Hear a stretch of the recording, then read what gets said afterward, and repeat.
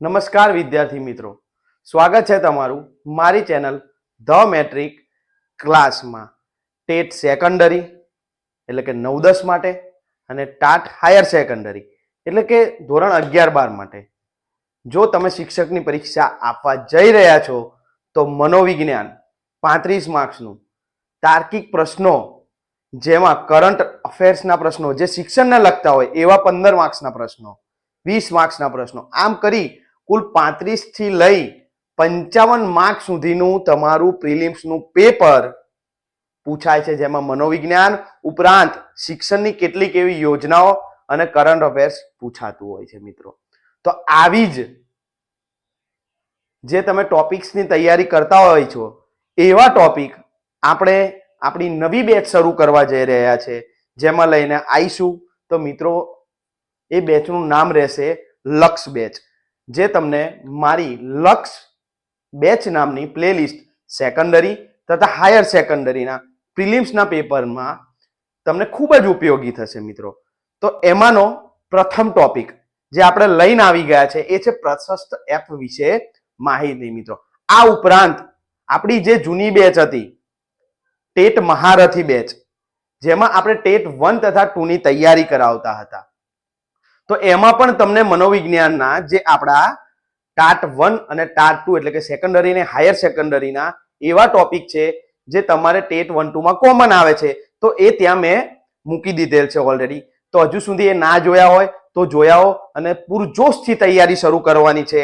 આ વખતે આપણો ગોલ હોવો જોઈએ, આ વખતે આપણો લક્ષ્ય હોવો જોઈએ આપણી લક્ષ બેચ એટલે કે આપણી લક્ષ પ્લેલિસ્ટમાંથી પૂરેપૂરું ફૂલ માર્ક્સનું પૂછાય અને તમને ખૂબ જ ઉપયોગી બને. તો ચાલો હવે આપણે આજનો ટોપિક પૂરો કરીએ અને તમે લાસ્ટમાં અંતમાં જરૂર જણાવજો મિત્રો કે કેવા પ્રકારના તમારે ટોપિક્સ જોઈએ છે, કેવા પ્રકારના તમારે મનોવિજ્ઞાનના ટોપિક જોઈએ છે, કરંટ અફેર કયા મહિનાથી લઈ કયા મહિના સુધી કયા વર્ષનું જોઈએ છે.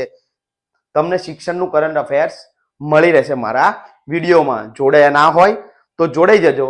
ચાલો શરૂઆત કરીએ પ્રશસ્ત એપની. ખૂબ જ ઇમ્પોર્ટન્ટ છે મિત્રો.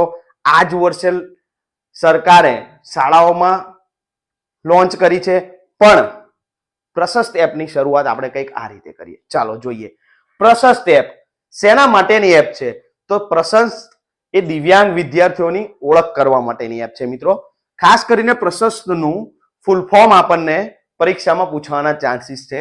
તો પ્રશસ્તનું ફૂલ ફોર્મ થશે pre assessment holistic screening tool. શું થશે મિત્રો? Pre assessment holistic screening tool. આ એપ ક્યારે લોન્ચ કરવામાં આવી? 2022માં. ક્યારે લોન્ચ કરવામાં આવી મિત્રો?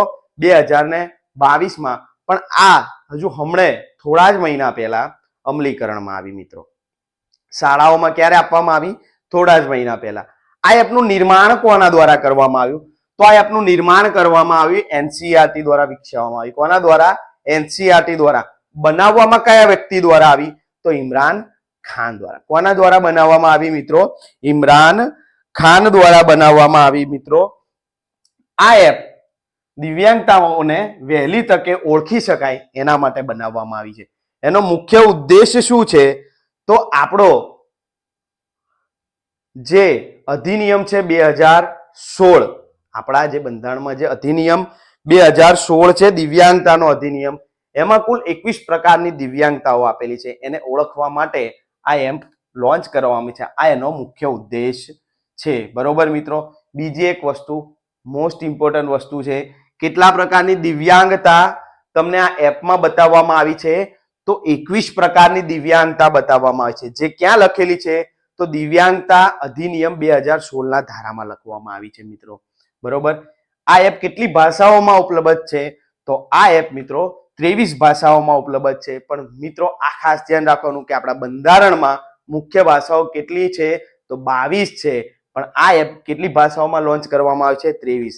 જેથી કરીને શિક્ષકો તેનો સરળતાથી ઉપયોગ કરી શકે છે મિત્રો. આ એપના મુખ્ય 2 ભાગ પાડવામાં આવે છે. કેટલા ભાગ પાડવામાં આવે છે મિત્રો? 2 ભાગ. ભાગ 1માં સામાન્ય રીતે સામાન્ય માહિતી નાખવાની હોય છે, જેમ કે વિદ્યાર્થીનું નામ, એનો મોબાઈલ નંબર, એનો યુડાયસ નંબર, એની બર્થડેટ, સામાન્ય માહિતી શિક્ષક દ્વારા નાખવામાં આવે છે. ત્યારબાદ ભાગ 2, તો ભાગ 2માં એનું સ્ક્રીનિંગ કરવામાં આવે છે મિત્રો. સ્ક્રીનિંગમાં વિદ્યાર્થીને કયા પ્રકારની દિવ્યાંગતા છે એ મુજબ માર્કિંગ કરવામાં આવે છે અને એનું સ્ક્રીનિંગ કરવામાં આવે છે. જો ઘણા ખરા કિસ્સાઓમાં એવું થાય છે કે શિક્ષકો આ સ્પેશિયલ ટીચર કરે છે. ભાગ 2 હોય છે એ સ્પેશિયલ ટીચર કરે છે. સ્પેશિયલ ટીચર એટલે દિવ્યાંગતા માટે સ્પેશિયલ ટીચર શાળાઓમાં આપેલા હોય છે. એ આ ભાગ 2 નું કામ કરતા હોય છે. પણ જ્યારે સ્પેશિયલ ટીચર કોઈ શાળાને ના મળેલ હોય ત્યારે આચાર્ય દ્વારા નજીકના પીએચસી સેન્ટરની મદદ લઈ અને બાળકની દિવ્યાંગતા ઓળખી અને એ પ્રમાણે સ્ક્રીનિંગ કરવાનું હોય છે મિત્રો. જે તમને અહીં દર્શાવે છે નજીકના પીએચસી ની મદદથી. એનસીઆરટી દ્વારા નિર્મિત અને શિક્ષકો દ્વારા આ સંચાલિત ટૂલ કોના દ્વારા તૈયાર કરવામાં આવ્યું છે? એનસીઆરટી દ્વારા કરવામાં આવ્યું છે મિત્રો. ફરી એકવાર કહી દઉં, આ એપ લોન્ચ 2022માં કરવામાં આવી હતી. બરોબર મિત્રો. પૂર્વ પ્રાથમિકથી લઈ ક્યાંથી? પૂર્વ પ્રાથમિકથી લઈ ધોરણ 12 ના વિદ્યાર્થીઓની ઓળખ આ એપ દ્વારા થઈ શકશે મિત્રો. બરોબર. મોસ્ટ આઈએમપી અને મારા હિસાબે પૂછાય એવો પ્રશ્ન, તો આ એપ ક્યારે લોન્ચ કરવામાં, કયા ખાસ દિન પર લોન્ચ કરવામાં આવી? તો મિત્રો ફરી એકવાર કહું છું, સાંભળી લેજો ધ્યાનથી. આ એપનું લોન્ચિંગીકરણ શિક્ષક દિનના દિવસે કરવામાં આવ્યું. ક્યારે કરવામાં આવ્યું મિત્રો? શિક્ષક દિનના દિવસે કરવામાં આવ્યું. 21 પ્રકારની દિવ્યાંગતા અંદર આપેલી છે. આ મેન પોઈન્ટ છે જે તમે નોંધી લેજો. 21 પ્રકારની દિવ્યાંગતા એપમાં આપેલી છે. બરોબર. 2022માં આ એપ બની હતી. લોન્ચ કયા દિવસે થઈ હતી? શિક્ષક ડેના દિવસે, શિક્ષક દિનના દિવસે. બરોબર. એનું પૂરું નામ કોના દ્વારા નિર્માણ કરવામાં આવ્યું? એનસીઆરટી દ્વારા. કયા વ્યક્તિ દ્વારા બનાવવામાં આવી? તો ઇમરાન ખાન દ્વારા. બરોબર. 23 ભાષાઓમાં આ એપ્લિકેશન ઉપલબ્ધ છે. પ્રી પ્રાઇમરી થી લઈ ધોરણ 12 સુધી એનો વ્યાપ છે, ઓળખી શકાય છે દિવ્યાંગ વિદ્યાર્થીઓને મિત્રો. તો આટલી વસ્તુઓ આપણે ધ્યાન રાખવાની છે. આ ઉપરાંત 2 ભાગમાં વહેંચવામાં આવી છે મિત્રો. તો આ હતી પ્રશસ્ત એપ. આવી જ આપણે પરખ છે, ઘણી બધી યોજનાઓ છે. બરોબર મિત્રો. મનોવિજ્ઞાનના ટોપિક્સ જેમ કે બેન્ઝામિન બ્લુ, જે આપણને માર્ક કરીને ટોપિક આપેલો છે. 35 ગુણ લેવાના છે. પ્રિલિમ્સ પાસ કરવાની છે મિત્રો, મેન્સ આપવાની છે. તમે તમારો ગોલ ચૂકતા નહીં. મારી લક્ષ પેજમાં જોડાઈ જજો, મારી લક્ષ નામની પ્લેલિસ્ટમાં જોડાઈ જજો મિત્રો. ચેનલમાં જોડાઈ જાઓ. પ્લેલિસ્ટના દરેક વિડીયો જોઈ લો. ટેટ મહારથીના પણ મનોવિજ્ઞાનના વિડીયો છે જે તમને કામમાં આવશે મિત્રો. તો મળીએ મારા નવા ટોપિક સાથે મિત્રો. જોડાવાનું ભૂલતા નહીં, લાઈક કરવાનું ભૂલતા નહીં. મળીએ.